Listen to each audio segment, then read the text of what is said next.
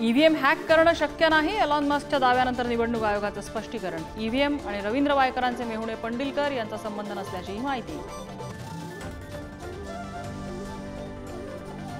सांगलीत काँग्रेस राष्ट्रवादीनंतर ठाकरेंची सेना 2 विधानसभा लढणार, चंद्रहार पाटलांची माहिती। सांगलीवरून महाविकास आघाडीत तिढा वाढण्याची शक्यता। भुजबळांची भाजपसोबत जायची इच्छा नव्हती, विरोधी पक्षनेते विजय वडेट्टीवार यांचं वक्तव्य। भुजबळ खासगीत बोलल्याचा दावा। मोदी पंतप्रधान म्हणून काही दिवसांचे पावणे, खासदार संजय राऊतांचं मोठं विधान। भाजपच्या संसदीय बैठकीमध्ये मोदींची निवड झाली नसल्याचाही दावा। पंकजा मुंडेंना समर्थकांना समजावताना अश्रू अनावर। आत्महत्या थांबवा, अन्यथा मी राजकारण सोडेन, पंकजा मुंडेंचं आवाहन।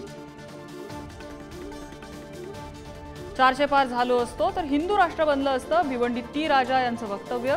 तर देशात मस्ती चालत नाही, आदित्य ठाकरेंची टीका। अमोल मिटकरींचाही घरचा आहे।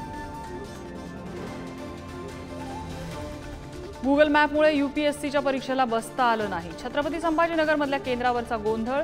परीक्षा केंद्र चुकीचं दाखवल्याचा विद्यार्थ्यांचा दावा। वर्ष वाया गेल्यानं अश्रू अनावर।